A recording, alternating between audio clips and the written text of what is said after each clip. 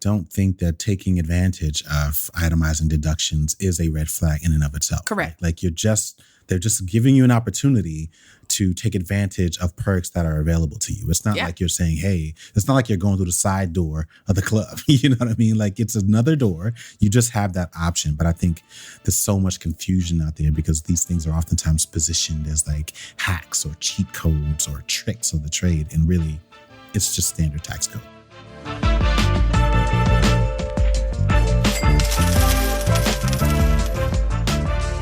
Welcome to the Rich and Regular podcast presented by Success, where we explore life at the intersection of money. I'm Kirsten. And I'm Julian. And today we are demystifying tax jargon. Yes, the murky waters of tax jargon. Yes. And by the way, it's April, so happy Financial Literacy Month. Yes, happy Financial Literacy Month. Yes. Did y'all know that was a thing? You know what? I feel like I only learned this about maybe like 5 years ago or something. It might be a young thing. I don't know. But I don't know. It's a money nerd thing. It's not a real thing for anyone. When they think about April, they're obviously thinking about springtime, Easter, April Fool's Month, or April Fool's Day, those kinds of things. But for us people in financial media world, April is Financial Literacy Month. And so we're going to do something a little differently this month.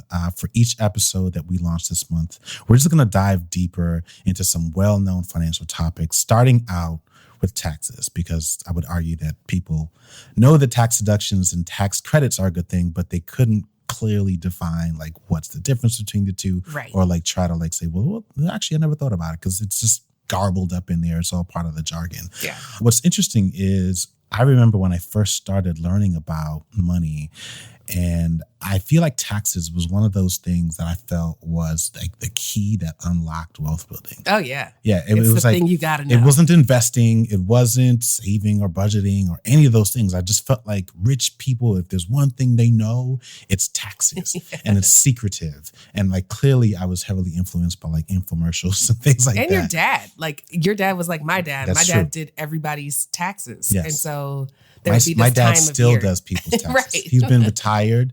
My father, for those who don't know, was an accountant, and that's his thing. He just loves taxes. And so I always kind of felt like it was like this odd connection between me. And I was like, oh, well, I get it from my father, even though I hated accounting, worst class ever. But yeah, I remember like really, I was so close to actually signing up for this credential program. And I told myself it was going to be like a side hustle. Like this was like 25 years ago. I obviously never did, and I'm glad I didn't. Yeah, there are people who find doing taxes really fun. They kind of treat it like a puzzle, like looking for, loopholes and deductions. I personally think they're about as fun as a root canal, but I recognize that they are as important as a designated driver at an open bar. And so that's why we're going to talk about them. I feel like Dr. Phil by saying those. I think, there are so many things to complain about when it comes to taxes. For sure. But the reality is they actually pay for the things that we need. Things like roads, schools, defense, social services. Yeah. And as much as I complain about taxes and as skeptical as I am about how they're handled, I do actually believe they're beneficial. And so that's why we wanted to jump in and go deeper on this topic and at least give people a baseline on the terms that inform how your taxes are calculated. Yeah. So let's start with some historical context, because believe it or not, there was a time when taxes were pretty straightforward. You just paid a flat fee based on your income. There were no deductions, no credits, no nothing. But as our country grew and became more complex, so did the tax code. I feel like you're being nice about it. It became more complex, but okay. Yeah, it became more complex. Some people saw an opportunity. It became more complex, and so did the tax code. That's a beautiful sentence. Mm-hmm. So this modern tax system that we use now, which includes deductions and credits, that was established about 100 years ago. And they were really put there to incentivize certain behaviors, things like charitable giving and home ownership, things that we've kind of built our country's wealth story around. But then in the 1950s, so not too long ago, in the 1950s, they introduced tax write-offs as a way for businesses to reduce their taxable income. And things have just gotten more complicated since then. Yeah. If you look at the tax code now, it's really just this maze of loopholes and exemptions and credits and things that just make an average person's head spin. So we are not going to dive into the 450 pages of the tax code or however many pages it is. For this episode, we're going to focus on what most people are interested in, which is how to reduce your tax bill, your tax income, and your tax liability. So we're going to cover the definitions of tax write-offs, deductions, and credits. We'll give a couple of examples, talk about benefits, drawbacks, and then offer some tips along the way. But please listen knowing that we are not tax professionals. Everybody's tax situation is unique. So if you have questions, don't DM us. Don't email us. Reach out to a tax professional or someone who is an expert in this field. I will also say this, and this will be a very brief soapbox. I just had a conversation with my mother, and I've said this, and this is not in an embarrassing way, but I do think, given what we know about the sandwich generation, which is a term that's used to describe the percentage of people in our country who are using their paychecks, their hard-earned income to support both children under the age of 18 and adults. I know a lot of people are struggling with that. We are in that boat, but we financially support my mom. And she asked me the other day, were you able to get any deductions? I was like, no, there's no support there. None whatsoever. And so I mention that because there's also the tendency, and I'm sure we'll mention it at some point, when you're talking about taxes, because it's tied to government, it is sort of naturally, intertwined with conversations about politics. So we're not going to get into politics or anything like that. But if anyone has any recommendations or knows of any politicians or congressmen that are actually fighting for people like us who are financially supporting older parents, please let us know, or send them a copy of this podcast and say, hey, man, this couple over here is talking up your name, or your ears are burning, or should be, because they're talking about some of the things that you're mentioning, because I believe it's a huge issue. Okay, soapbox done. Let's start with some definitions. I want to start with tax deductions. So tax deductions are amounts that reduce your tax liability or the amount of taxes you owe. Okay, a tax write-off are any expenses that reduce your taxable income. Now, right off the bat, this is the hard part about talking about taxes, because you're using jargon to describe or to define one topic, and then it just constantly go down a rabbit hole, which is why most people sort of just fall asleep. We're going to try to keep you awake here. So a lot of people use these two terms interchangeably, tax deductions, tax write-offs, but there is a subtle difference between the two. So you can think of a tax deduction like a coupon that you use at a store. So just like a coupon reduces the cost of an item that you purchase, a tax deduction reduces the amount of income that you have to pay taxes on. Give you a quick example. If you made $50,000 last year and you had $10,000 in tax deductions, you would only have to pay taxes on the remaining $40,000. So a common tax deduction that I know a lot of people are familiar with, especially homeowners, is mortgage interest. The mortgage interest deduction. It's like the holy grail of tax deductions. You can deduct interest paid on your mortgage for your primary residence from your taxable income, right? Very similar example that we just made. Doesn't matter how much money you make, or actually there might be some limitations. Yeah, there are. But for most people, it's not a big issue. But yes, you can reduce the mortgage interest that you pay from your taxes to reduce your taxable income. Another popular one that a lot of folks are familiar with, I would say this is the second holy grail, the less holy grail.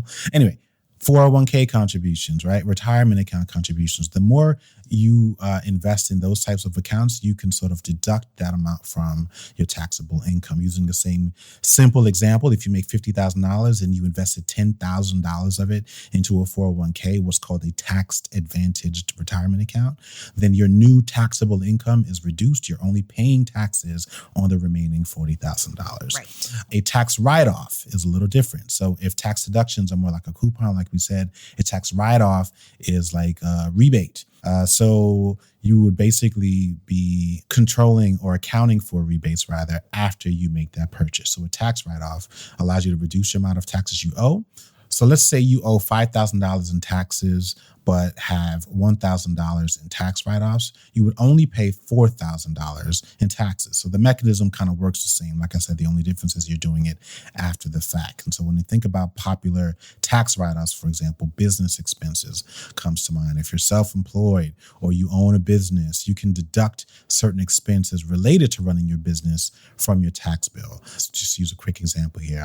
It doesn't matter how big or small, but you're a podcaster, right? You got a podcast. We've got a podcast. Think about things like your microphones, a mixer, the software that you're going to use, any of those things, the cost to attend a financial conference or a podcast conference, all of those things would be considered business expenses that you could then use to write off and as a result, reduce your tax bill. Another popular tax write-off is in investment losses or capital losses. And I won't get too much into those details, but if you basically lost money in an investment, doesn't really matter what kind of investment, but if you've lost money in an investment, you may be able to claim a certain amount of as a loss on your taxes to reduce your tax bill, and you can carry it over multiple years. This is, and a lot of times, kind of tied to the idea of like wealth hacking or like a tip for the wealthy. And I think this sort of adds to the confusion because it makes it seem as if it's something that only wealthy or rich people can do. Right. It's something that everybody can do, but it's something that wealthy people do more often because they're more often in a case where they're looking to ensure that they are paying less in taxes. But when you get to that point, being positive here, when you get to that point, you'll have an opportunity to do the same thing. All right. So we're clear.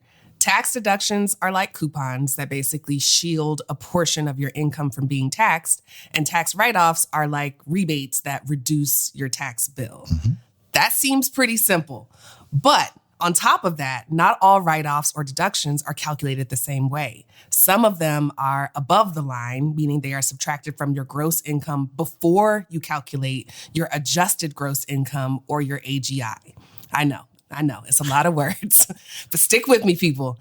Adjusted gross income or AGI is important because all income isn't taxable. Right. So things like birthday gifts, Venmo reimbursements, up to an extent, Venmo reimbursements, life insurance payouts, disability payments, these are all considered quote unquote income, but they're not all necessarily taxable. So your adjusted gross income or your AGI, it's just the amount of your income that is taxable. So again, above the line deductions are subtracted from your gross income before you calculate your AGI. And these are things like student loan interest, alimony payments, retirement contributions. Above the line deductions are magical because they lower your AGI, which can affect your eligibility for other deductions or credits, right? Like sometimes your income is too high and so you don't qualify. If you can lower that AGI through some of the things that I just listed, you all of a sudden start qualifying for other. You unlock the perk. Exactly. Okay. So we know about above the line, magic. Now, other write-offs or deductions are below the line, meaning they're subtracted from your AGI after you calculate it. And these types of write-offs and deductions can only be claimed if you itemize them, meaning that you have to list them individually instead of taking the standard deduction, which is a fixed amount that everybody gets based on your filing status. Well, that everyone's qualified. That everybody's qualified. You see? Right. You may not necessarily get it. Some people prefer to itemize because they have an opportunity to have a better outcome, which in most cases is the ability to write off more or get a better refund. Yes, and we'll get into that in just a second. So examples of below the line deductions or write-offs are things like your mortgage interest, certain medical expenses, charitable donations, things like tithing, or, if you go to a silent auction and buy something, these things count as below the line write-offs or deductions. Yeah, and again, that I think even that particular example is the kind of thing that makes it even more confusing for people because those are the things that people of means and wealthy people do, which is what makes people think that it's only something that they can do. Like you can do those things too. Doesn't really matter how big or small. The reason why you may not necessarily do it is because you're likely more prone to just take the standard deduction and end up in a better situation. Exactly. Okay, so let's recap. We've got tax deductions and tax write-offs that both reduce your taxable bill, but then we've got above the line and below the line, which impact your overall taxable income. That's like the fewest words possible that I can use to describe this. But that's still not the whole story, because tax deductions and tax write-offs can change from year to year and can be subject to different rules, thresholds, qualifications, and phase-outs. For example, some medical expenses, this is one that used to trip me up all the time. Right. Because I used to feel a little better about myself going to the doctor and was like, oh, it's fine. This is a write-off. And it's not. I remember you got that good insurance. I had all my receipts and everything, and I Yeah. added it all up, and I was like, surely I'm getting this back. No, it's like you gotta unfortunately be in a bad situation for that to happen. So medical expenses, let's use this for an example. They can be deducted only medical expenses. Right. Only if they exceed 7.5% of your adjusted gross income. And some education expenses can be deducted only up to certain income levels. And even though our government can change it at any time, they don't automatically calculate this for you. So whenever you hear about these big bills and policies that are being passed, they're usually hundreds of tiny tax loopholes that are stuffed in between that add things like during COVID, we could write off childcare expenses for a while, but those things eventually expired. So the government's role is simply to make the information available to you, but it's still up to you or your tax professional to raise your hand, do the math, and say, actually, you qualify for this thing. And as a result, you should submit the required paperwork in order to process that. But from there, the IRS will usually take it, but there's always a chance that you get audited on the back end, which isn't automatically a bad thing. It's just meaning they're saying, hey, I think I need a little bit more information because you're saying this and this doesn't quite sound right. Is this what you meant? And so on. Yeah. All right. So you may be listening to all of this and wondering, this is a lot. There's above the line, there's deductions, write-offs, there's all this stuff. Is the juice really worth the squeeze? And does it make sense to learn the tax code and deploy all of these tricks to save money? Yeah. And the answer is yes, to an extent, right? Tax write-offs and deductions can lower your taxes, increase your refund, and decrease your overall tax liability. But there are still some risks. I'm not going to cover all of them. I'm just going to cover the three that came to mind immediately. The first risk is that you may not be able to claim all of the tax write-offs and deductions that you're eligible for if you take the standard deduction instead of itemizing. Right. So like we said earlier, the standard deduction is a fixed amount that everybody is eligible for to reduce your taxable income based on your filing status. So for 2023, the standard deduction ranges from $13,850 for single filers to $27,700 for married couples filing jointly. If you do the math on all of your itemized deductions and they're less than the standard deduction, you might be better off just taking the standard deduction and losing out on some of the write-offs that you may be eligible for. Right. Now, the second risk, another drawback, is that you may face an audit or a penalty if you claim write-offs that aren't allowed or supported by evidence. You should always keep records and receipts of your expenses to be able to justify them if asked, because if you make a mistake or omit something, you may have to pay interest and penalties on any additional tax that's due. Now, don't hear this and think that every time you claim a write-off or a deduction, you are automatically going to get audited. There's a number of things that the IRS uses to determine audits, and sometimes it's just random selection. So, don't cause any red flags, but don't think that just following the tax code is going to create a red flag. And I'll also say, don't think that taking advantage of itemizing deductions is a red flag in and of itself. Correct. Right? They're just giving you an opportunity to take advantage of perks that are available to you. It's not like you're saying, hey, it's not like you're going through the side door of the club. You know what I mean? It's another door. You just have that option. But I think there's so much confusion out there because these things are oftentimes positioned as hacks or cheat codes or tricks of the trade. And really, it's just standard tax code. Yes. And then this third thing is less of an issue because the tax code is generally designed to encourage people to make more money rather than less. But there are some instances where the tax code can disincentivize people from earning more income, even when they need to or really want to. So there are some government benefits like Medicaid and SNAP that are based on income levels. Yeah. So if a person's income rises above a certain level, they may lose access to these benefits. And then certain tax deductions and credits are subject to phase outs as your income increases. So again, as you earn more, you may see a reduction in the number of benefits that you're eligible for. And so when we do things like encourage people to get side hustles or invest outside of, their standard employer contributions, these are the considerations they have to make, because if their income exceeds a certain level, it may result in a net loss if you no longer get a benefit that you were depending on. Yeah, look, it's complicated, like we said. And I think one of the things that actually makes it a little bit more challenging is social media, right? Like if it's not myths out there that we're seeing and constantly like having to defend or debunk, some of the stuff is just flat out lies, right? And there are a couple of observations that I've seen just over the last couple of years. I think one, there's like this tendency to use shorthand when people are talking about the tax code. They just focus on the benefits. Like, did you know that you can write off such and such? And it's like, yeah, but they don't include any of the qualifications, limitations. They don't say if that's federal or risk state involved, like any of those things. They just say, did you know this? And then people take that, they run with it, and then they find out at the end of the year that they're not eligible for something, and then they end up in a worse situation than they were before. I think the other thing that I see that I always find interesting and in some cases infuriating is that people tend to use the tax code as a rationale, or just taxes in general as a rationale for not earning more. And I'm not just talking about people who are on the edge and might be like eligible for some type of government program. Like even working upper middle class and upperly mobile professionals, I hear people all the time saying like, yeah, well, you don't want to get that job because then it just means you're going to pay more in taxes. Right. And it's like, well, so you don't want another dollar because you might only get 65 cents of that dollar. You would rather have zero. You'd rather have zero than instead of 65 cents. Yeah. Like that doesn't make any sense to me, right? But that's basically what it is. And whether it's $1, $10,000, like if there's an opportunity to earn more, you should at least consider it. You shouldn't just be afraid of having to pay more taxes. That just doesn't make any sense. The third thing that I find, which is like fascinating to me, is that generally speaking, I know most people are like trying to avoid breaking the law. But like when it comes to taxes, it's almost like there's like this weird like willingness to be like, well, you know, like, they think you can't I'm talking police to my it. CPA and I'm like, well, what about this? They're just throwing all kinds of stuff out there. Like, well, what about, well, should I do this? And it's like, you know, that's called fraud, right? It's called tax That's evasion. called tax evasion.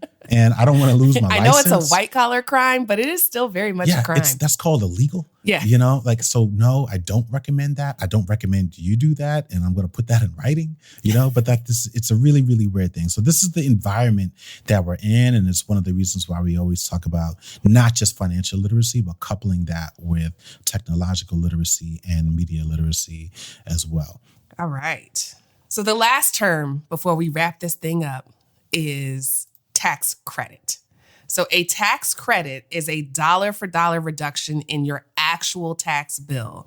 And a few credits are actually refundable, which means if you only owe $250 in taxes, but qualify for a $1,000 credit, you'll get a check for the difference of $750. Yeah. Now, most tax credits are not refundable, but there are a few that are.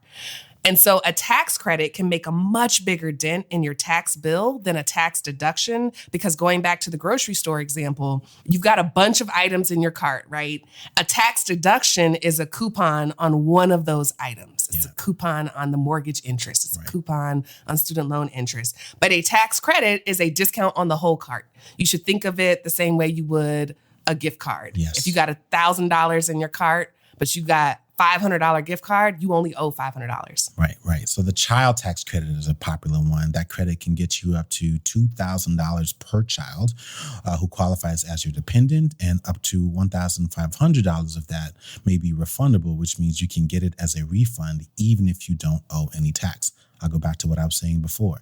And again, this is not to stir up any drama, but in cases like this, if you are also financially supporting an elder, I'm of the opinion that you should be able to write off an elder some tax extension credit. Of the amount that you've paid, right? Yes. Otherwise, like you're truly like supporting a dependent and unable to benefit in any way for that. Correct. I give another example here, which is the electric vehicle tax credit, which is non-refundable, but the credit ranges from $2,500 to $7,500 for taxes filed in 2023. For 2022, and eligibility depends on several factors. I'm pretty sure we discussed that in depth in a previous podcast episode, but I don't remember the number. Look back. Oh, there it is right there in the notes. Episode 79. We talked about the perks of going green. That's where we really got into that one. So that's a really, really great tip for you guys that are thinking about buying a new car and wanting to go electric. You do have some incentives, and I would say get them while they last. Yeah, if you go back to that episode in episode 79, we actually highlight several new tax credits that were included as a part of the Inflation Reduction Act, which again was a several 100-page document that expanded the existing electric vehicle tax credit, which used to just be for new EVs, that now you can get a tax credit for used EVs. So again, think of it as a gift card where it's like, if you need to buy a car anyway, and this tax credit exists, that's a $7,500 gift card that you can use towards this bill. And the fact that you can get and it's them not refundable, for so they do used, not cut you a check. yeah, and the fact that you can get them for used cars now is really, really cool. Yes. Okay, so not everyone's tax situation is simple enough to do on your own, right? So like now that we've define some of these common terms, hopefully clarify some things. It's like, all right, now, am I going to do it? Do I trust enough? Do I have enough information to do it myself? Or do I go out there and hire a professional? If you're unsure, there are a couple of good reasons to do them yourself if you can. The first reason why you want to do it yourself is obviously to save money, and it's more convenient. You can start and finish, process, submit, and get all of that information out there from the comfort of your home. I would not surprise me if you could do it on your phone. I would not recommend that. But you can do it on desktop. Again, you said it before, like, I think you call it like a root canal. I used to love doing my taxes. I don't know why. It was just like that one time of the year where I felt like I was maybe like better understanding the world or something like that. Yeah. Like, it felt good, like pushing buttons, even though like it was not complicated. I mean, I was in my 20s. I was not earning that much money, nor did I have nearly any qualifications for anything. But it just sort of felt like, wow, I'm really being an adult here. And the way that these tax preparation software work now, like it's not like you and a piece of paper and a calculator. Like it's prompting you with questions. It's asking you and taking you step by step to see if you're, not missing anything. Correct. You can work on it at your own pace. You can save it, come back to it. Like it's very flexible. And it imports information from previous years. And so it just streamlines the process. So it really, like if nothing has changed year over year, the act of actually processing your taxes is so much easier. And by the way, that's not including things like just personal information, but like you can even get like your direct deposit information from your employer, your W-2 sort of automatically imports over. Like it's really, really seamless these days. So if you've not done it, I would say at least try it. You don't have to pay to try it. But if you don't like the end result, you can always say like, all right, let me go to a tax professional to see if maybe they can get me in a better situation. But another reason why you might want to do it, I think, is an important one. It's really about personal accountability. I think preparing your own taxes can help you better understand your tax situation and become more familiar with the tax code. Otherwise, you're going to continue to outsource that information. There'll be no incentive to learn about these things, to understand why things are changing, and again, to like teeter on the edge of like political influence. Like you're not really going to have a point of view, which I think can be a little scary, but that is reality for a lot of us. We don't have the time to dive in. I think doing your taxes sort of further connects you with your government and how you are basically funding them. But again, like even little things like how you might qualify for refinancing or a new credit or a new whatever it is. Like I think that's one of the big benefits that you get when you're personally doing your own taxes. And then the last one, while it may not be true for everyone, but I do think that there's a sense of accomplishment in doing that. And it just so happens that April isn't just tax season. It's also kind of the beginning of spring, and there's also the idea of spring cleaning. And so I think the idea of being able to do your taxes, it's just sort of like a really nice kind of transitionary period, starting a new, I guess, calendar financial year new. And I just think it really gives a really big sense of accomplishment, at least for people like me who are a little more comfortable. But I will say this, I haven't done my taxes in years. I used to do it consistently. I used to look forward to it. And now I would much rather just like do anything and pay some money, because it's like way more complicated now that we're business owners. And so, I gladly pay for our CPA to do that work. And by the way, he's doesn't always get it right? Like, but I'm okay with that. Like the balance where we are right now is okay. We'll see what happens this year. All right. So final thoughts. Let's do it. All right. My final thought is now that you have a baseline knowledge of tax jargon, I really encourage you to take advantage of your new knowledge when you do your taxes, even if you don't prepare your own. Yeah. We tend to just look at the final number, either what we owe or what we get back as a refund. And we never really go back through and see what deductions, write-offs, and credits you were eligible for and which ones you might have left on the table just because you weren't aware that they existed. Yeah. So I would do a quick search on Google just to learn the highlights of recent changes to the tax code, things like the 401k contribution being increased, things like credits for a lot of the stuff that went into the Inflation Reduction Act. Do a quick search and then use all that new knowledge during the year as you're thinking about buying decisions and purchases. I think the irony is that even dipping a toe into the tax code may lead to a greater sense of control over your finances because you will start to understand the levers that decrease your tax bill during the year. Yeah. You might be more prone to contribute to a retirement account. Like this might be the motivation you need, where it's like, oh, snap, like this affects my AGI. Maybe I should be contributing more. Or you might donate to that charity. Maybe you start setting up an automatic donation to a charity that you love on a monthly basis because you now recognize what that does for your taxable income. I really like that because I hadn't thought about the connection between our personal development and taxes. Because to your point, like when you're engaged with it, if you find an opportunity where you know for sure leading into the year that you're going to be able to write something off, even something as simple as attending a professional conference and the difference between you getting, let's say, standard badge or the pro badge, right? The thing you really, really want. Yeah. You might be more prone to buy up into Yes. that